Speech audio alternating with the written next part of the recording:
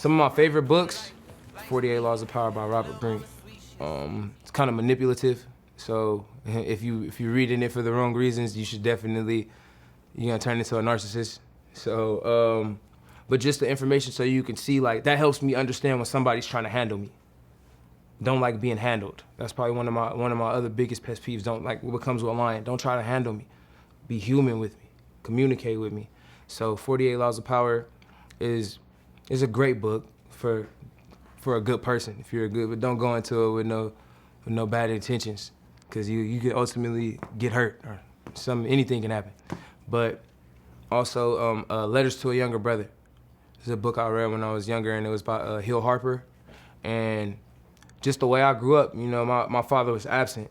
So just reading those stories and just all of those messages that, you know, he was receiving, and the different ways and the different outlooks and the things he's seen on being a man, I've always kept that book near, because I feel like it's just something some people need to hear that you don't get to hear. It's like they're not gonna teach you that in school. 9 times out of 10, you know, what we learn at school doesn't have anything to do with what we're gonna have to be faced with regular life. You know, out of them 2 books, and probably 2 of my favorite books. You know? But I'm not a big reader, I'm a big podcast guy. I like to listen to a lot of people. I like $1 Million Worth of Game for sure.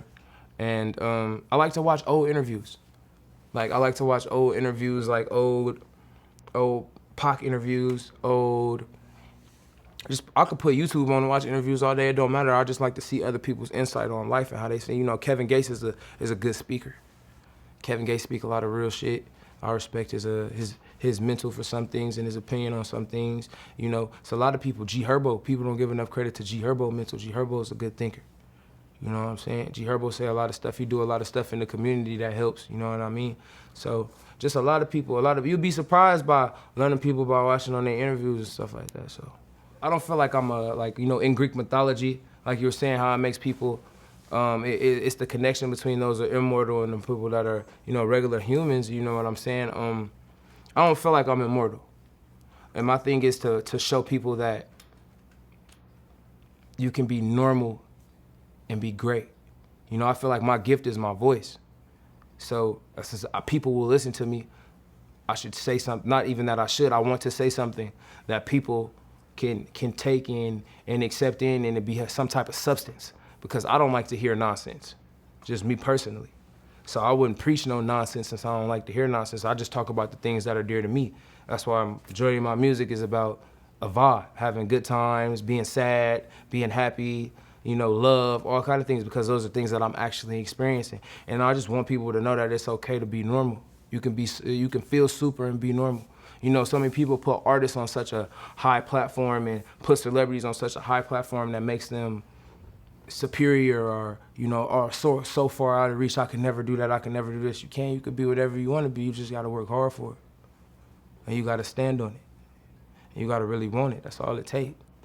I wouldn't say I don't have a favorite comic book character, but my favorite Greek mythology character is Achilles. Unbreakable. Only time he was dipped in the water, and they say his mom held him by his Achilles. That's the only part of her that she couldn't dip. That's the only part of him that she couldn't get in the water without the water getting on her to make him last forever. And lasting forever, your story, going forever. Everybody knew his name for being the greatest warrior, and he was an honorable person. He wouldn't fight. He didn't fight for what he thought was wrong. He fought for what he thought was right.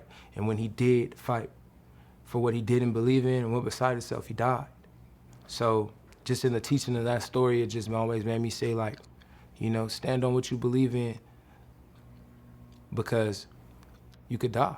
Like, in the sense of, like, you got to stand on what you believe in, because when you're doing something that's not you, it's the measures of things that are happening. You can't predict that. You know what I mean?